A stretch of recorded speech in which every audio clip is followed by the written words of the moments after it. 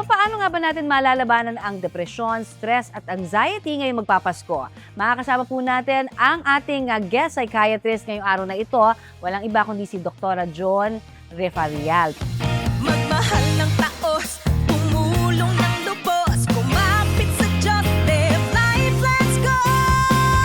Let's all be happy and healthy with Connie.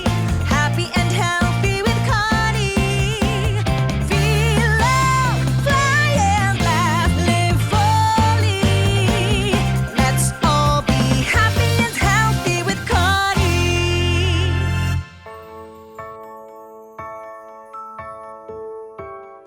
It's a brand new day to be happy and healthy. Ako po si Connie Season and welcome sa Happy and Healthy with Connie dito po sa YouTube channel natin. Alam nyo, taon-taon, talaga hong nakakarinig tayo, hindi ba, na tumataas ang bilang ng mga nagkaka-holiday blues. Ibig sabihin, dumadaan po sa depression, stress, or anxiety. Kaya, ang tanong ng marami, bakit nga ba may panahon, no, lalong-lalo na para bang natitrigger itong ating mga real emotions na ito? Pero ngayon pong episode nating ito, talagang tatalakayin natin at magpapagabay tayo sa ating guest psychiatrist. Walang iba kundi po si Dr. John Refarial. Hello po sa inyo. Thank you, Ma'am Connie, for having me. Nako, Yes. kami ho, doktora, magpapasalamat. Kasi Yes. excited ako dahil tagal-tagal ko na kayong inaabangan. Parati tayo hindi nagkakatsyempo sa ating mga Correct. schedule. But Yes. finally, eto na. Finally. Very important na pag-usapan natin ito. Dahil sinasabi nila talagang hindi ho maiwasan. Yes. May mga tao talaga na pag dumadating, lalong-lalo na yung Kapaskuhan, may mga factors silang tinitignan, ano, na nade-depress sila bigla, nagkakaroon ng anxiety or even stress. Kasi talaga stressful itong panahon na ito. Yes. So, how do we cope with stress? Ayan muna, Yes. stress muna. Stress. Yes, correct yun, Ma'am Connie. No? In fact, sa holiday season, normal yun. And you mentioned kaya these are real. Yung mga emotions, parang roller coaster siya, maaring stress. Ang stress, in fact, merong positive stress, Ma'am Connie. Yung positive, no? Meaning we use the stress to push us to be better. Halimbawa, kung estudyante ka, so, gagamitin mo yung stress ngayon na nafe-feel mo para masabit mo ang requirements mo on time. Kung nasa work tayo, to be able to finish our meetings, mga ganon. But sana alam natin yung ano natin, no? Yung kung hanggang saan lang Barrier, ang kaya parang natin. ganyan. Yes, yung limit na sinasabi. Because beyond that, baka lang challenge yung ating mga coping strategies or coping skills to be able to manage our stress. Oo. Yeah, but in terms of holiday blues, kasama yon, no? Yung Oh. stress. It can be stress, anxiety, feelings of sadness, loneliness. Oo. So, kaya roller coaster of emotions siya. Meron kasi, di ba, Ma'am Connie, parang merong perception kaagad na pag holidays, kailangan happy, Oo. masaya lagi, perfect ang ating mga celebration. You're quote with your and quote. family, your loved ones, jowa, yung mga ganyan, di ba? Yes. Kaya nagkakaroon ng Oo. stress or the lungkot, anxiety during this time. Pag hindi na meet yung mga Yes. sinasabing society na mga perception, di ba? Yes, oo. Okay. May mga may mga expectations. Expectations ng na- society. Oo, and the pressure. Mm-mm. Pressure to be the perfect host. For example, may mga perfection na Oo. nakikita natin, for example, sa social media. Yes. Na which can, di ba, pag sa social media, maaring ang pag nila is medyo commercialized Yes, na. yes, oo. Consumerism. So, Uy, oo, kaya usually, nagkakaroon ng yung parang kino-compare mo din, no, Oo. yung sarili mo. Totoo yan ang social media talaga, well, I'll be the first to say, hindi lahat na nakikita nyo dyan totoo. In fact, marami dyan nagmamask, hindi ba? Kaya huwag natin kainggitan dahil totoong buhay lang din ang meron din sila, parang tayong lahat, di ba? So, Correct. okay. Kasi pag sinabi natin depression, doktora, parang ang perception talagang merong parang kailangan ng assistance ng isang professional. Pero papaano ba madidetermine muna? Kasi minsan it doesn't even show. Yes. Diba? Hindi, Masayang-masaya, tapos biglang mababalitaan mo may nangyari, di ba? Na Correct. talagang nag-iiyak or kaya talagang nagkakaroon ng ibang personality. Yes. Ano ho ang ating mga pwedeng gabay, no? Yes. Para makita yung mga symptoms. Yes. Very important aware tayo. No, awareness is very important sa mga warning signs, mga Yes. red flags. Yes. So it can be number one, pwedeng physically, maaaring nagkakaroon ng sleep pattern na changes. Okay. Maaaring tulog ng tulog, or kulang sa tulog. Okay. Hirap silang matulog. Kaya pag minsan pagka sleep deprived sila, so Mhm. makikita natin, no, babantayan natin na parang wala kang tulog anak or parang hindi well rested pagkagising sa umaga. Another is changes in appetite na pattern. So maaring kain ng kain Okay. as a form of stress eating. Mm-mm. Or walang ganang kumain kaya bumabagsak, Ma'am Connie, yung kanilang katawan, pumapayat. So i-observe din natin yon sa ating mga loved ones o kasama sa pamilya. Another is energy. Bagsak ang kanilang energy, parang slowed ang kanilang movement. Yung iba, nagmamanifest ito, for example, hirap silang bumangon sa umaga. Oo. Kaya nalilate sila for work, nalilate para sa school, for Oo. example. Body aches and pains Meron din. na palipat-lipat na hindi na explain with another medical condition. For example, today, headache. Kinabukasan, masakit ang likod, masakit ang tiyan, masakit ang tuhod. Kaya nalilate din sila sa pagpasok sa work or school. And emotionally, mapapansin natin na silang bagsak talaga ang mood. So Okay. depressed mood, nawawalan sila ng gana Oo. or interest sa mga bagay-bagay. Emotionally, they may express na they feel na life is worthless, May ganon. I feel hopeless. So yun, pag depression, parang feeling nila there's no way out, Oo. no solution to their challenges, to their situation. Cognitively, brain function, Ma'am Connie, nakikita din natin to. Hirap sila sa pag-focus, concentration span is affected, Mhm. memory can also be affected, and lahat ito, physical, emotional, cognitive symptoms, behaviorally also, they engage in mga unhealthy coping habits or Like behaviors. what, doktora? Substance use, alcohol use na mas excessive, or more mga smoking, mga ganon, na hindi siya healthy na ways of managing with stress. At lahat ito, Ma'am Connie, umaabot sa point na bumabagsak ang kanilang functionality, productivity, or performance Okay. sa trabaho. Kailan po masasabi, when is it time na talagang maggamot na? Kasi sabi nga, nakakatulong din naman, di ba? Yes. To have someone na talagang gabayan kayo, katulad po ni doktora na isang professional, na psychiatrist or Yes. psychologist ba? Pwede rin even? Pwede rin, Pwede rin basta Oo. makakapag-express. Yes. Okay. Pero pagdating po sa medication, syempre psychiatrist yun. Kailan ho kailangan pumunta na? Yes. Kailangan pumunta na sa isang mental health professional. Be it kasama, Ma'am Connie, guidance counselor sa Yes. school, no? Yes. Para sa mga anak natin.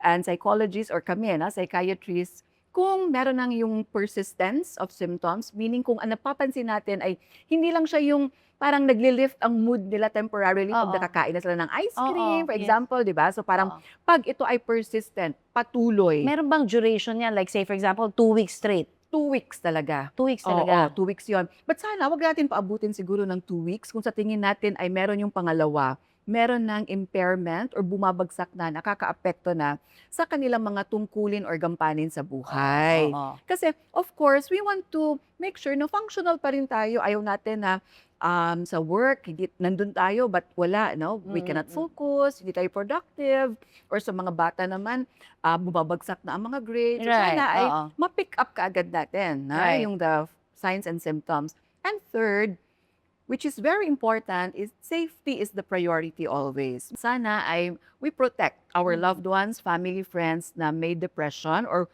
who would show signs or symptoms of depression. Kasi sometimes pag sobrang severe, ay umaabot na sa point, no, that they feel na life is hopeless, meaningless. Meron na silang mga na-entertain na mga negative thoughts Okay. about themselves or about the future na kailangan prevent natin ang any form sana Yes, of all of these negative Okay. thoughts and actions. Yan yung siguro talagang sabihin na natin, medyo nandun na sa talagang kailangan ng gabay ng isang Yes. professional. Mhm. Pero what about yung anxiety, no? Yes. Paano ma-determine ano bang kaibahan? Kasi parang Aha. the same lang sila nagsisimula, di Yes. ba, with Mhm. depression. Correct. Pareho, ang tawag na namin dyan, Ma'am Connie, is anxiety and depression, para silang magkamag-anak. Oo. Kasi sa ating brain, biologically, pareho sila pareho sila ng neurotransmitter or yung tinatawag natin na hormone na imbalance, which is serotonin. Yes. Pareho sila, but magkaiba ang kanilang presentation. Ang anxiety is more on yung nagkakaroon tayo ng fear, worry, Paranoia? Kasama iba pa yun. Iba pa yun. Kasi ang paranoia naman more on sa psychosis siya. So, Mm. iba pang grupo yun. Iba pa yun. Oo, Mm-mm. oo. Ito yung worry ka, marami kang takot, pangamba, parang hindi ka nakakatulog kasi overwhelming yung thoughts mo. Yes. At nagkakaroon siya ng physical manifestations also. Kung sa depression kanina, maaaring meron din gano'n, no? Sleep problems, body aches and pains. Ito naman sa anxiety, when we are anxious, nagkakaroon ng activation ng ating sympathetic na nervous system. Right. Kaya nagkakaroon ng fight, freeze, or flee na response. Kaya nagkakaroon ng palpitations. Mabilis ang tibok ng puso, mabilis ang paghinga natin. Hinahabol natin ating breathing. Opo. We can't catch our breath kasi parang very shallow. Oh, ganun katindi. Oo, and Oo. sometimes also, nagkakaroon tayo ng cold, clammy skin, pinagpapawisan. Talagang out of the blue. magmamanifest physically Physically, rin. Oo. meron also. Meron din ba yan connection for anxiety or even depression with the hygiene? Yes. Kasi sinasabi nila parang ayaw nang bumangon, kahit Yes. naman lang mag-toothbrush or maligo. Is Yeah. that also a sign for Yes. anxiety and depression? Pareho. Kasi in terms of functionality, yung sinabi natin kanina na ipipreserve natin talaga yung Oo. functionality. Kasama yon self-care. Mm-mm. So kung napapansin natin, hindi na nagpapalit ng damit, hindi na nililigo, Ayaw toothbrush, lumabas. ayaw lumabas ng kwarto, isolated. Another naman in terms of functionality is yung relationship with people. Oo. So pag napansin natin na kung dati siya, sociable, tapos biglang ngayon nagkukulong na sa kwarto, ay nang lumabas, maraming mga takot, worry. Maaari kasi sa isang bata, for example, ang anxiety niya is due to bullying. Takot na silang lumabas sa room. So interpersonal relationships can be affected. Okay. And of course, yung performance sa Oo. trabaho or sa school. So tayong mga nakaka-observe, either your family member or friend, ano yung pwede nating magawa? What are the encouraging words? Meron bang, Yes. if there is even such a thing? Kasi syempre, minsan hindi na natin alam kung paano din natin kakausapin. Yes. Baka ma-offend. May Correct. mga ganong takot din yung iba, di ba? Yes. Kailan ho natin pwedeng makausap? Anong pwedeng masabi? Kasi baka Yes.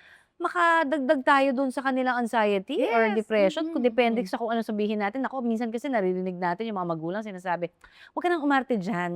Ano ka na, tumayo ka na dyan. Which is very sad. Diba? yun, Oo. Connie. Pero may ganun eh. Yes. Yun ang realidad minsan ng ibang mga tao. Pero sinasabi naman ng iba, nung panahon naman namin, na hindi naman kami ganito. Paano nako-compare yung dati Yes. sa ngayon? So, what is the correct way to Yes. deal? Mhm. Halimbawa, may nakikita tayong mga sintomas na nabanggit mo, either depression or anxiety. Maganda yung sinabi mo, Ma'am Connie, na how to deal. Actually, wala siyang acronym, yung deal. Pag meron tayong napansin na may changes sa patterns ng behavior, actions, or thoughts sa ating mga anak or loved ones or friends, we deal. Drop everything and listen. Oh. Maganda yon. Kaya para mabilis maalala. Drop everything and listen. Meaning, kailangan nandun tayo with open hearts, open minds, pakinggan natin. Kung Full ano- attention. Full attention. Kung tayo ay may ginagawa, close mo muna yung laptop mo, wag mo nang mag-gadget. Tanggalin mo yung gadget. Oo. At pakinggan kung ano yung gustong sabihin ng ating friend, loved one. And listen with open heart, open mind, no judgment. Doon papasok ngayon yung sana walang judgmental comments, no? Na, arte-arte lang naman yan, anak. Or tamad ka lang kasi ayaw mong pumasok.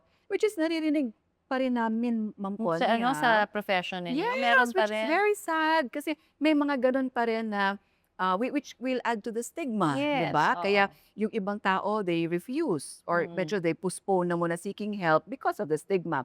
So, no judgmental comments and at the same time, mas maganda, we empathize. No? Empathize meaning, i-put natin ang ating sarili sa shoes kung anong pinagdadaanan ng ating loved one na dumadaan sa depression or anxiety. I-feel natin kung anong kanilang mga nararamdaman.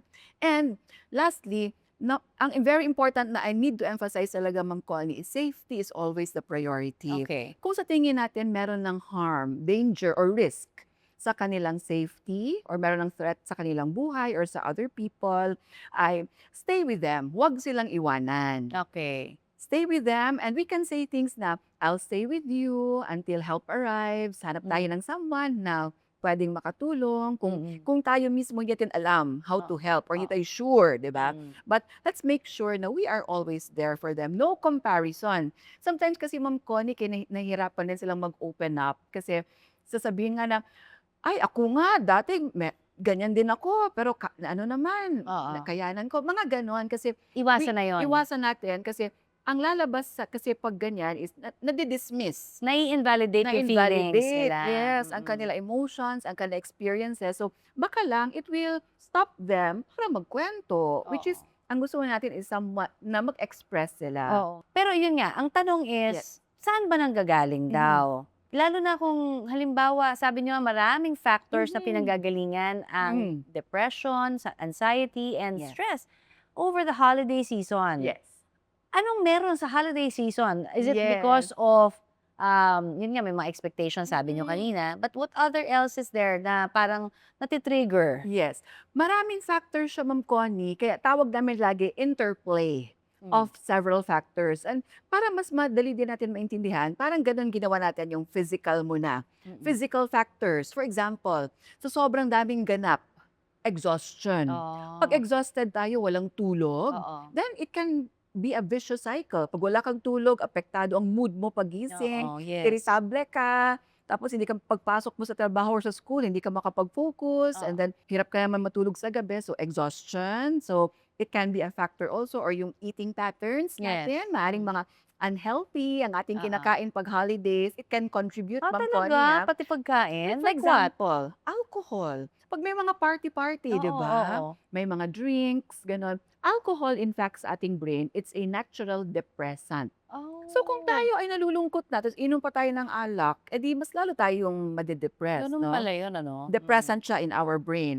And other food, no? Like yung mga fatty, oily, mga ganon. So, which is another naman yun na aspect, no? Sa mga, it may exacerbate yung mga eating problems. Kung meron na tayong mga ganon, no? Na eating concerns. So, yun yung physical. Psychologically naman, it can be due to, halimbawa lang, may mga conflicts. Unresolved. Be it family issues, or halimbawang ang ating mga coping strategies are not so healthy, and pwedeng meron tayong mga perception na kailangan perfect lahat. So it adds pressure. Kung meron tayong Ma'am Connie, yung tinatawag na mga demands na we cannot meet kaagad. So of course, makaka-apekto yun. Psychologically, we feel more stressed. Socially, Ma'am Connie, isolation can add. Lalo na, for example, yung mga nasa abroad na nag-work, maaring difficult for them Of to course. celebrate the holidays na malayo sa pamilya. Ang dami nating OFW, di ba? Talagang minsan, may mga times daw talaga na nagiiyakan, di ba? Kahit na video call. Mahirap talaga, I can imagine, yung Diba? physical na nakakasama mo kasi, physically nandyan, nahahawakan, nakakausap ng face-to-face. Yes. Makes a whole lot of difference. Loneliness is one factor. Parang ganon. You Oo. feel lonely pag malayo ka.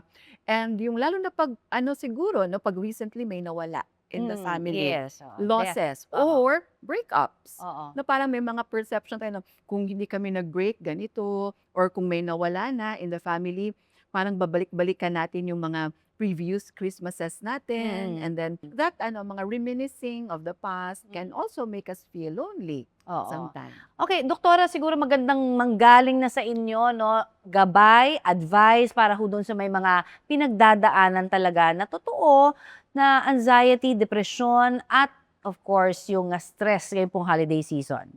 So, ang ating mga payo is number 1, it's okay not to feel okay. Yes. Yun ang emphasize natin, Ma'am Connie. All of our emotions itong holiday season are normal, real ito, at we just go, we feel it. Mas maganda and acknowledge kung ano Right. ating mga nararamdaman and reach out, ask for help. Kasi ang help naman is always available, be it from a trusted na friend natin, Yes. trusted na family member, or trusted natin na mentor sa work, sa school, and huwag mawala ng pag-asa. Kasi help is always available, and know na itong mga nararamdaman natin ay totoo, but help is always available, and we are always here, kami, sa Philippine Psychiatric Association. We are here to support Ako, on a everyone. personal note, doktora, I guess what helps me is, of course, to pray. Yes! Yes. Talagang ang laking bagay nun na alam ko na nandyan si God, 'di ba? To help me out in all of my troubles that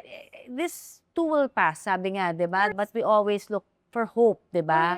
Correct. Dun sa ating pong faith din, and of course sa ating mga binigay Yes. ng Diyos sa atin, 'di ba? To help us like our Yes. doctors. Correct. I agree, Ma'am Connie. Kasi lalo na sa atin, di ba? Filipinos, we are highly spiritual Yes, na people. And ngayon nga, ang may move na, Ma'am Connie, no, nasa definition of health, ay idagdagdag yung spirituality, the Yes. spiritual aspect of it. Hindi siya about religion. It's about finding our purpose And at peace. meaning at Oo. peace no, sa lahat ng mga nangyayari ngayon. Yes. And nakakatulong siya. Oo. Kaya tama yung sinabi niyo, Ma'am Connie, in any challenge or struggle, matatapos at natatapos din.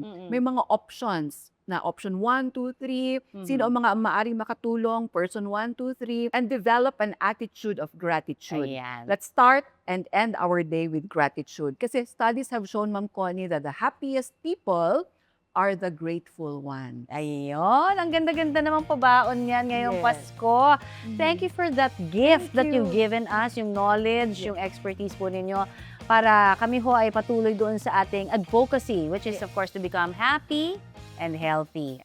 For more health and wellness tips, subscribe na po kayo dito sa Happy and Healthy with Connie, dito po sa ating YouTube channel. And of course, ito po ang nire-remind ko parate, stay happy and healthy.